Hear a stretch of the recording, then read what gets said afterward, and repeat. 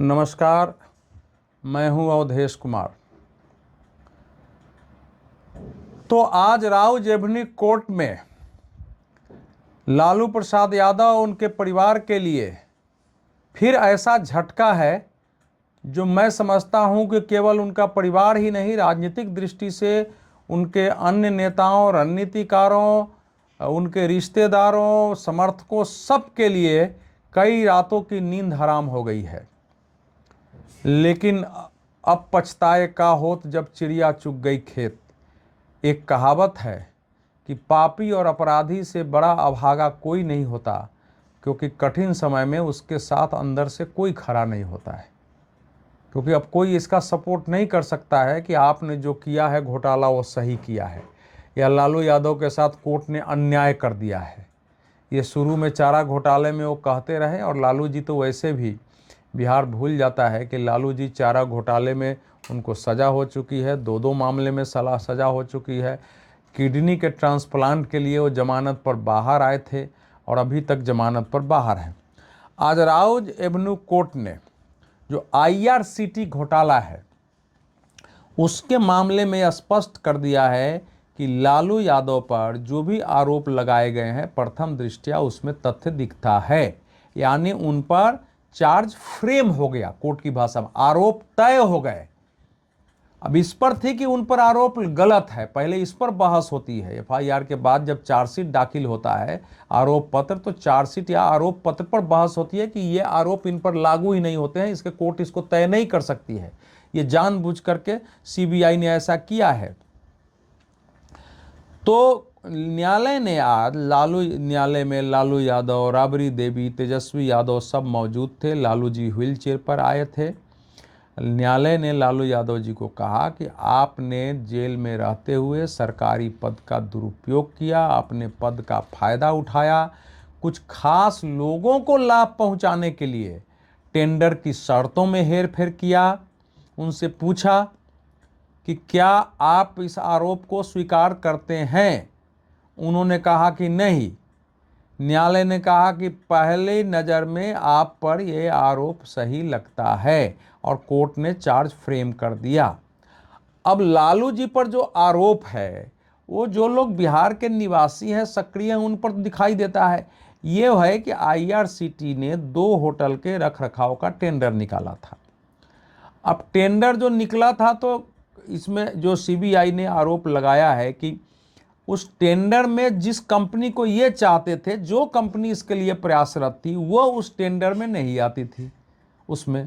तो अब टेंडर में उन्होंने कहा कि ये थोड़ा चेंज करो, ये थोड़ा चेंज करो, छेड़छाड़ कराया, और उसका रख रखाव संचालन जो ठेका है और रख रखाव का ठेका सुबोध कुमार सिन्हा नामक एक व्यवसायी को दिया गया, जिनकी कंपनी थी Sujata hotel private limited. Sujata hotel private limited, और वो इनको दी गई, और उसके बदले में इस कंपनी ने भी लालू यादव को सस्ते दाम पर जमीन दे दिया, बेहद कीमती जमीन।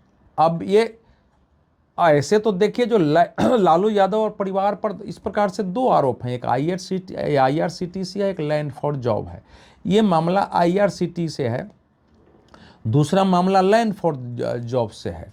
इस मामले में भी लालू यादव, राबड़ी देवी, तेजस्वी यादव 16 लोगों को आरोपी है, क्योंकि काम तो उन्होंने नहीं किया लेकिन लाभ सबको मिला। जमीन किसके किसके नाम से गई, उस पैसे कहाँ कहाँ गए हैं, इसके आधार पर चीज़ें, कौन कौन लोग इसमें शामिल थे। तो ये CBI ने पहले एक चार्जशीट दायर किया था, एक नया चार्जशीट इस मामले में दायर किया है, और लालू यादव ने नकार को इनकार किया। कोर्ट ने कहा कि नहीं, आपने साफ तौर पर उसमें इंटरफेयर किया था। तो अब ये चार्ज फ्रेम हो गया। अभी एक दूसरा अब ये जो पूरा घोटाला है इसको अलग अलग नहीं देख सकते हैं, क्योंकि CBI ने इसको अलग अलग किया है, लेकिन सब रेलवे के मंत्री रहते हुए लैंड लेने, पद का दुरुपयोग करते हुए संपत्ति बनाने से ही जुड़ा है। ये जो लैंड फॉर जॉब है, यानी आपने किसी को नौकरी दी, उसके बदले आपको महंगी से महंगी जमीन आपको दी गई। अब वो लालू जी 2004 से 2009 तक यूपीए सरकार में रेल मंत्री थे। अब उसमें इन पर जो है कई मामले थे। 2017 में पूछताछ हुई, छापे पाड़े गए, कई बार हुए। 2022 में फिर नया केस सीबीआई ने दर्ज किया और उसमें यह बताया गया है कि लालू यादव और उनके परिवार ने 1 लाख स्क्वायर फीट जमीन, उससे भी ज़्यादा 26 लाख रुपए में हासिल की थी, जबकि उस समय का भी सर्किल रेट देखा जाए तो 4 करोड़ 39 लाख रुपए थी। और आप जानते हैं कि सर्किल रेट जो होता है उतने में भी कोई ज़मीन नहीं मिलती है। सर्किल रेट गवर्नमेंट फिक्स करती है, लेकिन शहरों की ज़मीन उससे 10-10 हज़ार गुना ज़्यादा में बिकता है। मान लिया सर्किल रेट हमारे यहाँ 5,000 रुपये गज है, लेकिन ज़मीन मिल रहा है वहाँ से 5 लाख रुपये गज। तो ऐसे ये स्थिति होती है, इसलिए वो सर्किल रेट के अनुसार उसकी 4 करोड़ 39 लाख रुपए थी। तो उसमें यह है कि उन्होंने जो ग्रुप डी का पद होता है अलग अलग जोनों में, वो उन्होंने जो है ग्रुप डी पद दिया, अलग अलग सदस्यों के नाम जमीन लिया और उसके लिए आर्थिक लाभ भी अलग अलग तरीकों से प्राप्त किया है। और एक दूसरा इसमें यह है कि कुछ ज़मीनें जो थी वो इनके परिवार ने एक ऐसी कंपनी को बेची थी, जो कि मतलब कंपनी भी उसमें चल रहा है कि इन्हीं के परिवार की थी। वो ज़मीन भी आपने दिया है। अब उसमें भी देखिए कि जो भर्ती हुई थी उसका कोई नोटिस विज्ञापन नहीं निकाला गया था। जो लोग बिहार या पटना के निवासी थे उनको मुंबई, जबलपुर, कोलकाता, जयपुर, हाजीपुर में नियुक्त किया गया था। वो जो हमने 1 लाख कहा है वो उसका पूरा है 1,05,292 फुट ज़मीन। इसमें जैसा आपको मैंने बताया इनके अलावा 16 लोग आरोपी थे। अब ये जो मैं आपको 2-3 चीज़ें आपको इसमें बताऊंगा। अब जैसे उदाहरण के लिए इनसे सीबीआई ने जो चार्जशीट थी लालू यादव से पूछताछ की थी, तो उनको कहा था कि स्वर्गीय किशुनदेव राय ने सेल डीड के जरिए 2008 में आपके नाम से पटना में ज़मीन लिखा था। उसमें उसका नाम भी है, मैं आपको पढ़ के बता दे रहा हूँ कि आपके नाम से उसमें पटना में ज़मीन, आपने उसको ज़मीन नाम से पटना में 3,375 वर्ग फीट ज़मीन 3,75,000 रुपये में ट्रांसफ़र किया था। और इसके बाद 3 सदस्यों को उसको सेंट्रल मुंबई में नौकरी मिल गई। तो आपको ये ज़मीन कैसे उसने दे दिया और नौकरी भी कैसे उसी समय मिल गई, उनका ये कोई जवाब नहीं दे सके। उसी प्रकार से कई चीज़ें इसमें है। जैसे उदाहरण के लिए एक इसमें ये कहा गया है कि एक दिल्ली की कंपनी है एके इन्फोसिस्टम, तो इसको हजारी राय नामक व्यक्ति ने फरवरी 2007 में 10,83,000 में ज़मीन बेची थी। हजारी राय का 2 भतीजों को नौकरी जबलपुर में लगा दी गई। बाद में जो कंपनी है एके इन्फोसिस्टम, इस कंपनी के सभी अधिकार लालू यादव और उनके बेटी के नाम पर ट्रांसफ़र कर दिए गए। 2014 में लालू यादव और उनके परिवार ने कंपनी के सारे शेयर खरीद लिए, उसके डायरेक्टर बन गए।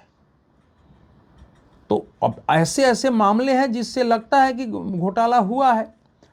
अब उसमें उनके जो है उसने भोला प्रसाद यादव उनके ओएसडी थे उस काल में, और भोला प्रसाद यादव को भी इसमें एक मुख्य आरोपी बनाया है और बहुत काफ़ी छापे पड़े थे, इसमें काफ़ी सामान बरामद हुए थे। तो अब ये सोचिए कि ये आरोप है। अब ये सवाल उठता है कि चुनाव के समय जब इस ढंग से किसी पर आरोप लगाना और कोर्ट द्वारा आरोप तय करना, दोनों में अंतर होता है। राजनीतिक रूप से हम किसी पर आरोप लगा सकते हैं, लेकिन यहाँ कोर्ट ने आरोप तय कर दिया है। अब लालू यादव सजा आपता है चलो, लेकिन अब इसमें तो मामला पूरा परिवार का बनता है कि भाई जो जमीन आया वो पूरे परिवार के नाम से आया है, जो पैसे आए हैं पूरे परिवार को मिले हैं, तो परिवार कैसे इससे बाहर हो सकता है।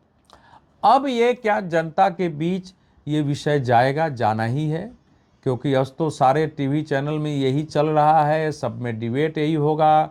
अब ये सवाल चुनाव तक गूंजता रहेगा, वहाँ अखबारों में जो है सुर्खियाँ बनेंगे, इस पर आर्टिकल लिखे जाएंगे और फिर आरजेडी को इसका उत्तर देना पड़ेगा। किसी भी प्रवक्ता के लिए इसका बचाव कठिन होता है। सवाल लोग पूछ रहे हैं कि भाई प्रशांत किशोर जी ने भी तो भाजपा के नेताओं पर आरोप लगाए हैं। बिल्कुल लगाए हैं, और लगाए हैं। ऐसा नहीं कि उसका जनता पर असर नहीं होगा, लेकिन जनता ये देख रही है कि उसमें कोई एफआईआर दर्ज नहीं है, उसमें कोई कोर्ट में मामला नहीं है, कोई जांच नहीं हुई है, कोई उन लोगों पर के खिलाफ आरोप, जांच तो छोड़िए, आरोप तय नहीं हुआ है। आरोप छोड़ दीजिए, तो एफआईआर तक, प्राथमिकी तक कोई शिकायत कर, अगर प्रशांत किशोर जी ने किया और कोई आदमी इस पर एफआईआर दर्ज करता, शिकायत करता, कोर्ट में लेके याचिका जाता, कोर्ट उसको स्वीकार करती, तो थोड़ा इशू बन सकता था। ऐसा तो है नहीं। तो लोग मानते हैं कि चलो ये तो राजनीतिक रूप से आरोप लगा रहे हैं, तो उसका उतना प्रभाव नहीं हो सकता है। ये है। अब यह चुनाव के पूर्व आ गया है, लोग कहेंगे कि भाई लालू जी पर तो पहले आरोप था चारा घोटाले का, राबड़ी देवी फिर भी वो चुनाव जीते थे, लेकिन चुनाव हारे भी 2005 से 2005, 2009, 2010, 2014 तो हारते ही रहे। बाद में नीतीश जी ने, जब उनको प्रधानमंत्री बनने की महत्वाकांक्षा जगी और भाजपा से अलग हो गए, उस समय गुजरात के मुख्यमंत्री थे नरेंद्र मोदी जी, जो आज प्रधानमंत्री, उनके विरुद्ध बोलेंगे तो सेकुलर चेहरा होंगे, थर्ड फ्रंट के लीडर हो जाएंगे और मुझे देश का नेता बना दिया जाएगा, ये भाव से उन्होंने हमला शुरू किया। जब अलग गए और 2015 में फिर से आरजेडी को साथ लिया है, तब से उनकी राजनीति में ठीक से वापसी हुई है। हालांकि उनको सजा होने के बावजूद उनकी पार्टी को वोट तो मिला है। तो इसलिए कहा था कि भाई भ्रष्टाचार इतना बड़ा मुद्दा नहीं होगा, लेकिन कई बार समय बदलता है। वो भ्रष्टाचार का मुद्दा बिहार में रहा है। भ्रष्टाचार और कानून व्यवस्था पर ही लालू जी की सरकार गई थी और उस पर नीतीश जी की सरकार बनी थी और वो चुनाव वो जीतते रहे। अब नीतीश जी के इधर उधर जाने से स्थितियां बदली हैं, तो इसलिए ये अत्यंत कठिन समय है, बड़ी चुनौती है। तेजस्वी यादव ही मुख्य नेता हैं। अब ये हो सकता है उनके गठबंधन के साथियों का भी उन पर दबाव होगा, कुछ न कुछ सीटों के बंटवारे पर इसका असर होता है, चुनाव में असर होता है। उनके जो गठबंधन के साथी हैं उनको जो है विपक्ष के आरोप का उत्तर देना कठिन हो जाएगा। अगर पत्रकार प्रश्न पूछेंगे उनके लिए उत्तर देना कठिन होगा, और इस सब का चुनाव पर असर पड़ता है। बहुत बहुत धन्यवाद।